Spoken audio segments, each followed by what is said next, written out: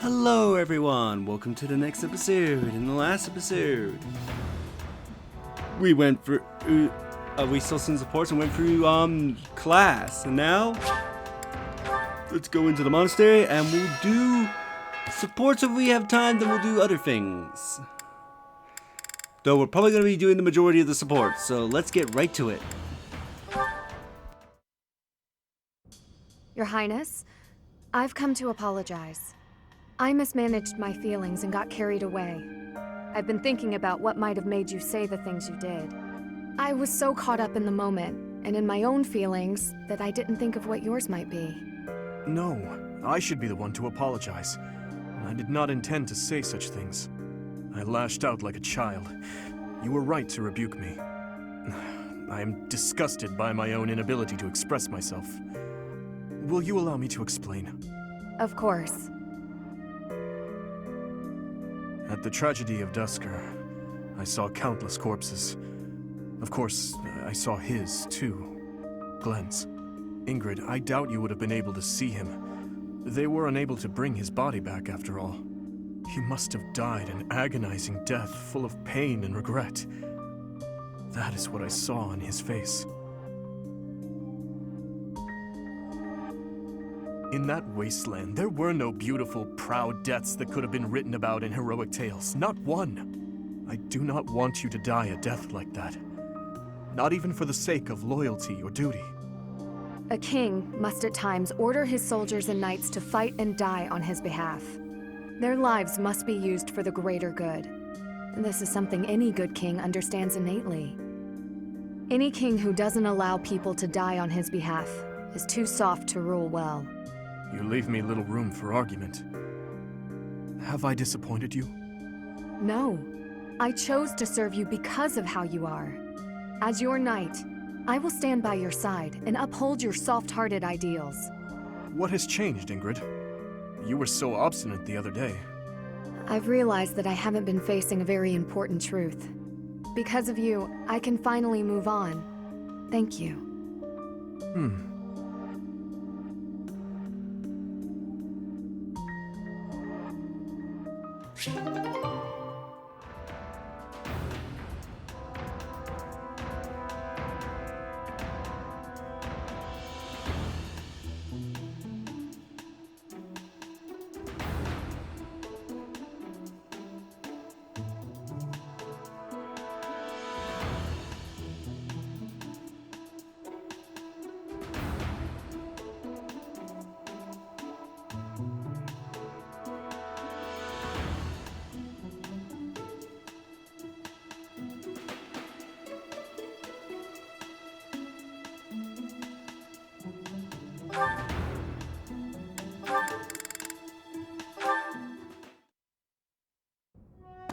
Marianne?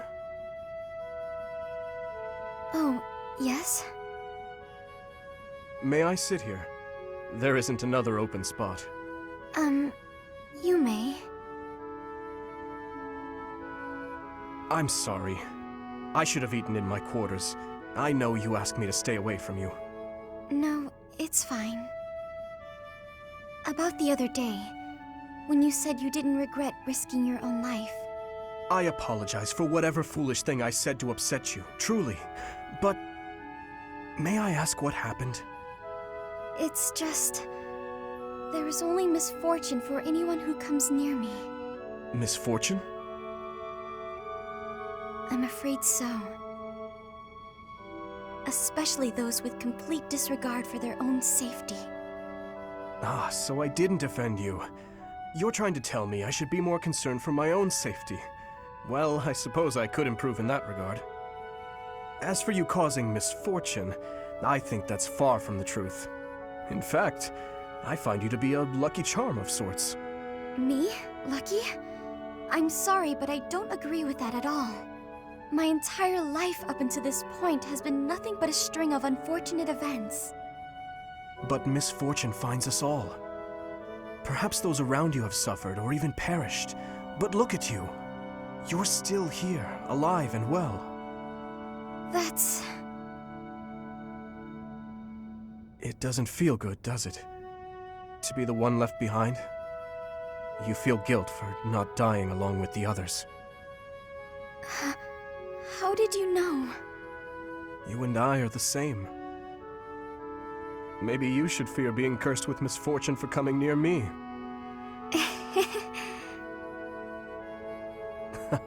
A smile and a laugh. Coming from you, that's a rarity. This must be my lucky day. I just find the idea amusing. It's strange to think that someone like you could have anything in common with me. Is it so terrible a thought? No, it's not that. It actually makes me happy. As though there's finally someone who understands how I truly feel.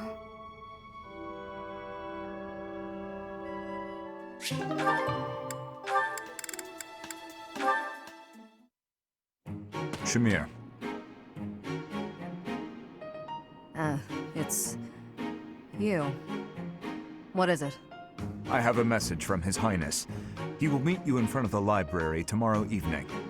Evening, library, front. Got it. Oh, one more thing.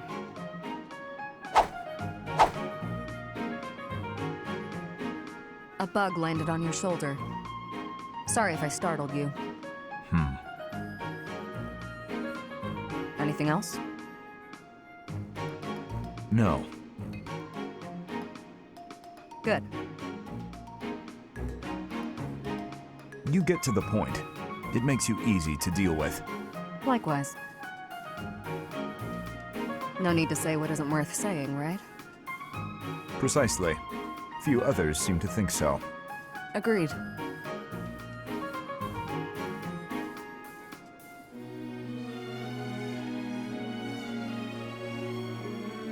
That is all. Farewell. Farewell.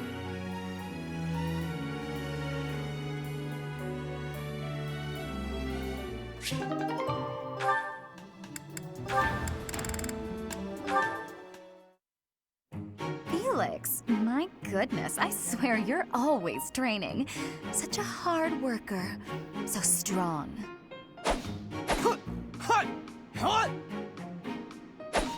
Hello? Felix? What? You can hear me. That's good. I was worried maybe your ears didn't work. What do you want? Oh, nothing. Nothing in particular, I mean. But now that I'm here, and now that you've asked, when you've finished up, do you think you'd like to join me in the dining hall for something sweet? I'll pass. I don't like sweets. Also, you're a nuisance. Stay away from me. That's not a very nice way to talk to a classmate. Anyway, you sound like you're shooing away a stray cat. Shh, shut up. I am not a stray cat, Felix, and I am not leaving until you take a moment to chat with me. You are a pest. Fine, do what you will. Oh, you better believe I am going to keep doing exactly what I will.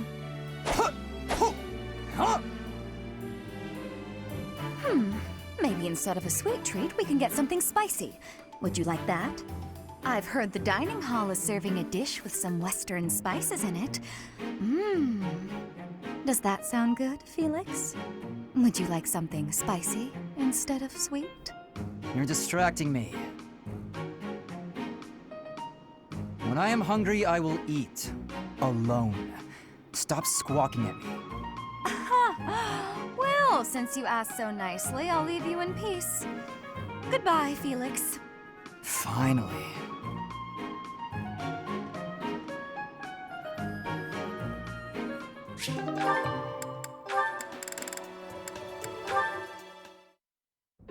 Hey, Ash. Hey there, Cyril. Is something on your mind? Well, I wanted to thank you for helping me. Huh? When do you mean? You know, when you helped me with cleaning up the library? Oh, right. That was quite a while ago. I'd completely forgotten about it. No need to thank me, though. It was nothing. Do you need help with anything today? I've got some spare time. I really don't mind. Well, I'd rather take care of the stuff I've been asked to do on my own. I could give you a hand, though, couldn't I? Yeah, you could, but I sure would rather you didn't. Me doing those jobs is why I get to stay here, even though I'm an Almiran. Oh, so it's a status thing. I can understand that. I can get pretty awkward if I ever have to ask a favor from a noble. Exactly. That's why I don't want anybody's help. You don't need to feel that way around me, though. I'm just a commoner. I'm only in here thanks to a bit of luck. So really, I'm just the same as you. I don't know if that's exactly true, but maybe. Either way, birth and social status don't really matter for us, do they? After all, we're friends, right? Friends? Yeah, and when a friend needs you, you've got to help, don't you? I don't know. I guess I've never been anybody's friend before. It's easy. If I'm in trouble, you help me out. And if you need something, I help you too. Huh. Okay. But I've packed up for the day already, so maybe you could help me out next time? Sure. Whenever you need a hand, just let me know. Ash is my friend. And friends help each other out. Yeah, that sounds nice.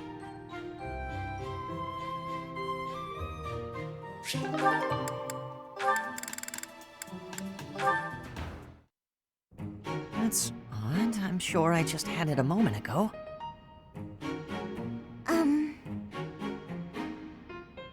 Ah! Ghost!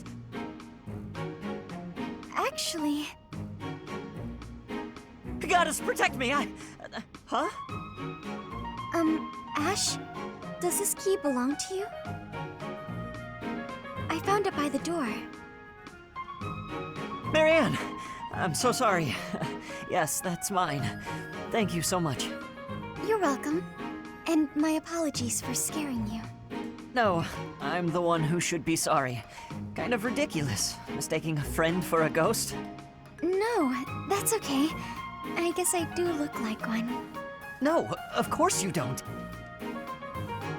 It's just, in the dark, with your head down like that, and with your hair covering your eyes, Does that make me look scary? No, please stop. I'm sorry that I look so ghastly. Why not just lift your head up a little? Up? You mean like this? Yes, that's so much better. With some light on your face, you don't look scary at all. That's great. You look completely normal now. Actually, you're pretty cute. What did you say? Nothing. Just keep your head up and smile. I promise you'll never be mistaken for a ghost again. Keep my head up and smile? I'm sorry, but I don't think I can. What? Hey, wait! Is it something I said?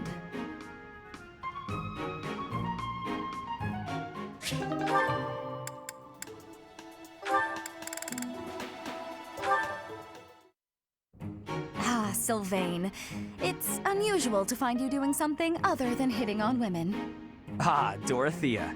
I've been preparing to do just that, as it were. My intention is to flirt with the monastery's most beautiful flower, Dorothea herself. Oh dear. And I've ruined all your hard work. You might as well save the effort. I'm not taking the bait. Oh, Dorothea, your wit is as sharp as your beauty. Don't you want just a little flirting? Just a sample? I'm not like all the others, you know. I don't doubt it. By not like all the others, do you mean how serious you are about being disingenuous when you flirt? And that is supposed to mean what exactly? Your social standing isn't bad, and you're not bad to look at or particularly dumb. You could easily be engaged by now. But you just flit from one woman to the next without settling on anyone. I bet you enjoy going out with them, but you hate women themselves. Don't you think? Me? Hate women? That couldn't be further from the truth. I'm always serious when it comes to matters of the heart. When I flirt, I stake my life on it. Uh-huh. I'll believe it when I see it. Staking your life on a person is the sort of thing you should only do when you're in love. That's what I've been saying. I love you enough to stake my life on it. And I'm seriously in love with each and every girl I flirt with. I see. Regardless, I'm not staking my life on you. So you'd better go and fall in love with someone else. Goodbye, Sylvain. She's stone cold. I love it.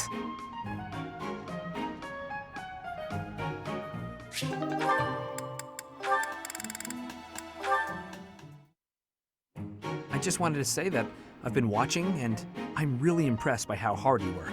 Very dedicated for someone so young. Oh, thank you. I really admire your everything. But you know, everybody needs to relax now and then. I was wondering if maybe you and me could... I'm quite busy. I should get going. Bye. That was difficult to watch. Lawrence, ever since you started hanging around, I've had no luck. Usually, if I show a girl I'm mature, noble, and interested, she's an easy catch. Your logic is sound, I will admit, but your results are less than entirely convincing. Honestly, all this talk of maturity and experience from a shallow person like you is rather laughable. Shallow? What? Like your nobleness as some properly cultured man of the world? Naturally, my bearing is as elegant and refined as silk. Observe. You seem to be deep in thought. Is there something on your mind? Please, allow me to lend you my ear. I will gladly shoulder any of your burdens. Oh, thank you. But it's not something I really want to talk about. So harsh. Even the slightest worry, I would have been happy to listen. Why, yes, your silky bearing was quite impressive. You're always going on about nobility, but that's no way to win a woman. Your problem, and I may have told you this before, at least twice, your problem is you're pretentious. That's rich, coming from you. Your bearing is so flippant that you utterly fail to gain a lady's trust. How can you not see that? All I'm failing to see is you getting a girl's attention. How dare you? Listen, I'm sorry. That was mean. And you're probably right about me not being serious enough. I will concede, I feel the same. Enough at least to keep your advice at the back of my mind. I was a touch too stubborn. It's the same in battle, isn't it? If you don't bend a little, you fail. Even so? Yeah, with that being said... I will outclass you, Sylvain. Bring it on, Lawrence.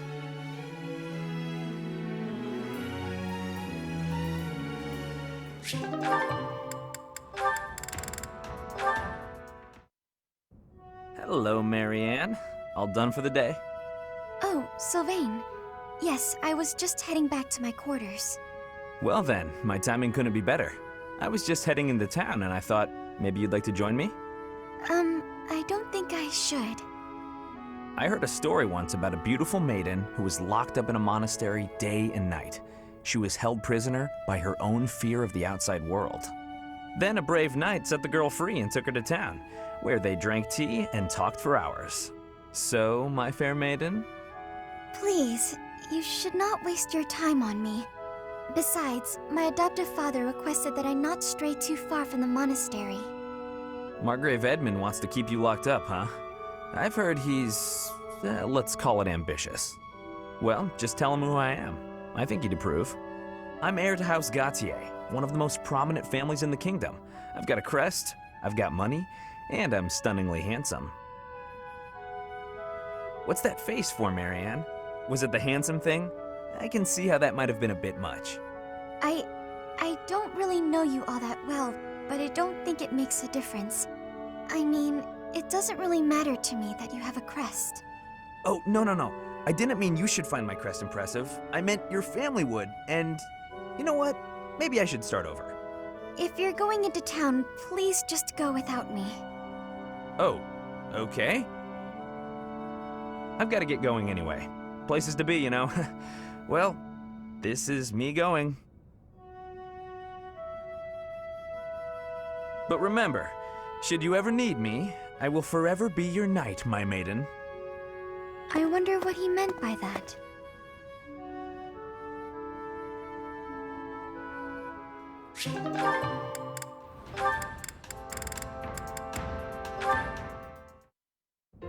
Mercedes, I have to insist that you take up a position behind me on the battlefield. I must protect the common folk, and you have been in danger rather frequently of late.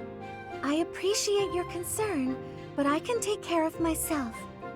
Everything is about nobility and common folk with you, Lawrence. It's tiresome. Tiresome? I am only fulfilling my duty. Is that to say you would have left me lying on the floor in pain, had it not been your duty to assist? You mean when you were hurt on my account? I still would have assisted you, as any commoner would have. It is simply a matter of perspective. And if I were common-born, I would not have simply let you leave without... Never mind. Forgive me. Excuse me?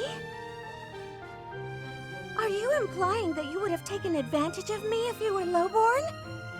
What? No! And I am no longer interested in the hypothetical nature of this conversation. Oh, Lawrence, you'll never change. What do you mean? I find myself growing irritated just looking at you. Is that so? I fail to see exactly how I am so irritating. You claim that you don't want to be involved with common women, don't you? But I know deep in your heart you love being around us. You're willfully ignorant to that. I hope you know what you're depriving yourself of. I am certain I've told you before that my marriage must be beneficial to House Gloucester. I've not the time for fruitless courtship. Fruitless? How can you say such things? What would happen if you fell in love with a commoner? Nothing at all. I accept the role that I must play, and any sacrifice that must accompany it. So, your duty as a noble is more important than your own feelings? Naturally. If that's true, then your whole existence is rather sad. I am afraid you misunderstand. This is my choice. There is no cause for pity. I think I've heard enough. I have to go.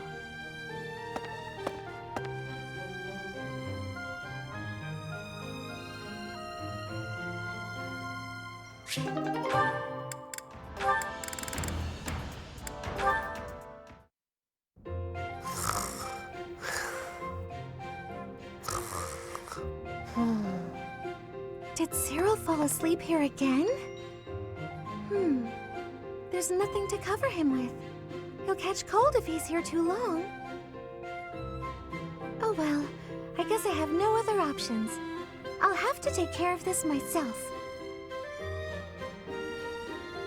Ah! What's happening? I'm keeping you warm so you don't catch cold. I'm sorry. Did I make you uncomfortable? I was just surprised.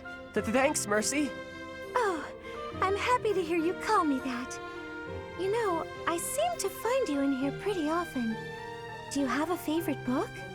Nah, but it's always real quiet here, so it's where I like to sleep. I see. You always seem so wrapped up in your work. That is, whenever you're not sleeping in the library. Do you have many friends here? No, not really. But don't you want some? Having friends is much more fun than spending all of your time alone. Nah, I don't want people treating me like an outsider. I'm better off alone. An outsider? You? Who would possibly say? Oh, so you don't think anyone thinks that? Should I tell you what happened to me before I came here? Oh no, you really don't have to. I didn't mean to bring up such difficult memories. But you know,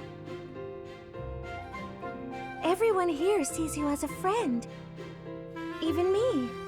I see you as a good friend. Mercy, I'm sorry. I sure like everyone here too, but it feels like you're, I don't know. It sounds weird maybe, but I think you're something different than a friend. Different? In what way? Do you not like me? No, it's not that. I can't... You know how sometimes you can't explain things? This is that. if I had a sister, I think that might be how it feels being around you. Really? That's just as well. You remind me of my little brother. Oh, you got a brother? I do, but I haven't seen him in so long. It's almost like he's not really my brother anymore. But you can count on me if you need anything at all. I'll do my best to help you out. I can count on you for anything? Wow.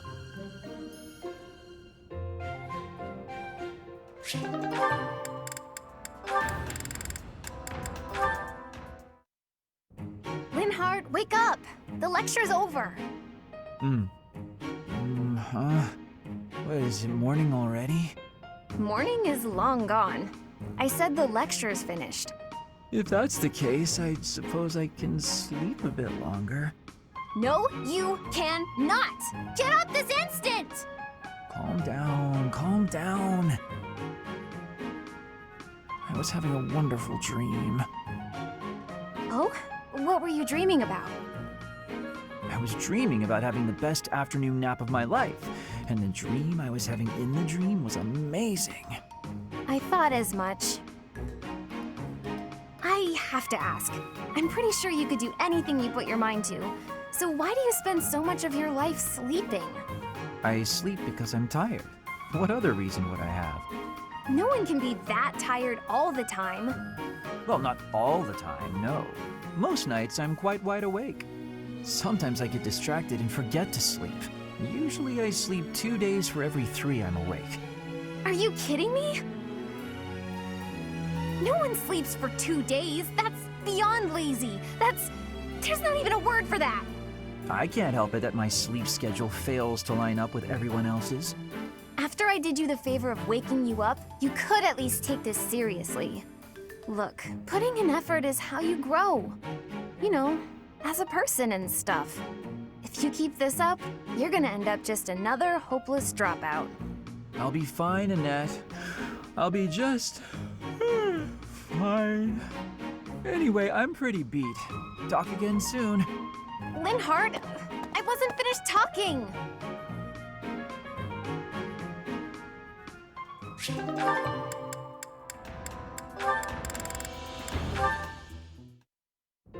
Ingrid, do you have a moment? We're going to perform an opera in the cathedral. We are? Yes!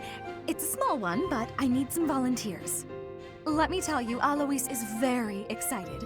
He's already doing a ton of work for the show. I see. What's it about? Classic opera fare. A tragic love story, a princess who falls in love with a handsome commoner. But our princess, she carries the fate of her country on her shoulders. And no matter how in love she is, she can't just marry whoever she wants. Or can she? That's quite a story. Sounds tragic and beautiful. Who will be playing the princess? Me. I was a singer in an opera company, though I hope I'm not being too presumptuous casting myself. Even if you're not interested in being part of the production, you will come to see it, won't you? I'm asking everyone to dress up properly. I want it to be a stylish and elegant night. That does sound quite lovely. And I do want to go, but Please, don't worry if you can't make it. I understand we're doing this on such short notice. No, it's not that. I struggle with the elegant part of things. It's not often that I do myself up in elegant clothing and makeup and such. If fashion's your concern, lady, you're in luck. I am? If you don't dress for the occasion, no one will take you seriously. But don't worry about a thing. I'll happily work my magic on you. When it's time, I'll meet you in your room. We'll make you the most beautiful woman in the theater. Oh, goodness. Okay.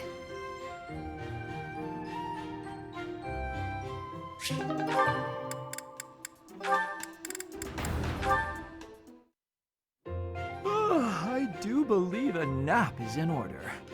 Ah, this is lovely. Just feel that breeze. Dorothea, whatever are you doing here? I was thinking of relaxing here, but it looks as if someone else is lounging in my spot already. Taking a nap in public like this? Really, Lynn, the nobles look down on such behavior. You do know I am of noble birth. Oh, I'm sorry, I'm just teasing. You never do act very noble, though. Why is that? Each person must follow their own way. This is how I prefer to live. Even if some of the more pretentious nobles like to poke fun at my ways. Doesn't that bother you? I mean, really? It doesn't hurt your pride or anything? What use is pride? It doesn't feed nor clothe you. It offers no warmth on a cold night. First time I've heard a noble say something like that. Well, most nobles are... oh, what is the polite way to say it? Fools. Yes, they are fools. As for myself, my father is the Minister of Domestic Affairs, and he has pride enough for the both of us. For example, did you know he and the Minister of Military Affairs cannot get along, although they value each other greatly? His pride gets in the way, so he can't make amends. That is why there is discord between civil ministers and military officers in the Empire. And so pride serves no good purpose in politics either. So tell me, what use is it? I wonder if bad blood between civil and military leaders is somewhat unavoidable. The Minister of Domestic Affairs is in charge of all civil officials, so if they just give in easily, their subordinates would lose respect, right? I get the feeling that if your pride isn't equal to the responsibility you bear, then you aren't fit to lead. Also, I happen to think pride can be quite charming. And how necessary is charm? It just gets in the way of living your life. If you lack charm, nobody will give you a second glance. Right, which means more time for napping. Lynn, you can't really believe what you're saying, can you?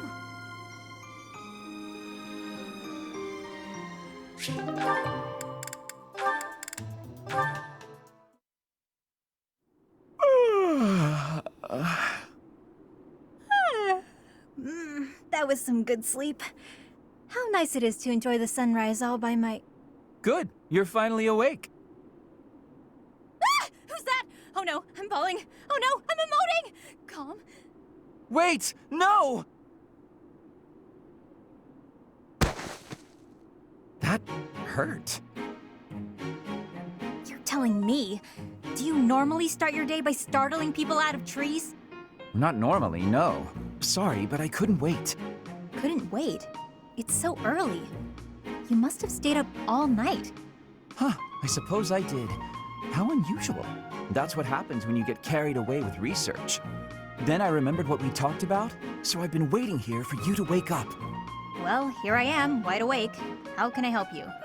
I found an interesting document about Saint Timotheus. There are some fascinating things down in that place you and your buddies call home. Timotheus? That's... the saint whose major crest you bear. His bloodline was believed to have died out 1,000 years ago. It's theorized that your crest and the crest of Lamine have similar powers. Oh, Lamine was one of the 10 elites. Here's the best part. Turns out this Timotheus guy had the power to summon beasts. I'm listening. Take a look at this passage. The writing's kind of antiquated, but at least it's legible. Saint Timotheus could converse fluently with birds and land-born beasts, and he considered these creatures his friends. He sometimes rode over hills atop an obliging deer, or called wolves to encircle him in battle. His sigh, inflected with the power of the Nightbringer's star, was immensely sonorous. Nice recitation. So, there you go. That's just how people from my village write. Is that so? Huh. Anyway, this obviously reminded me of you and your situation. You clearly have this same astral power, but to an excessive degree. And for some reason, it only manifests for you when you sigh. Does that mean you can fix it? Oh goodness, no. Or I should say, it's unlikely. There's next to no documentation about this stuff. And I don't know nearly enough about the other crests either. And Timotheus, again, nothing to go on. It's near impossible to unravel, so don't get your hopes up. You know me. I'm good at keeping my expectations nice and low.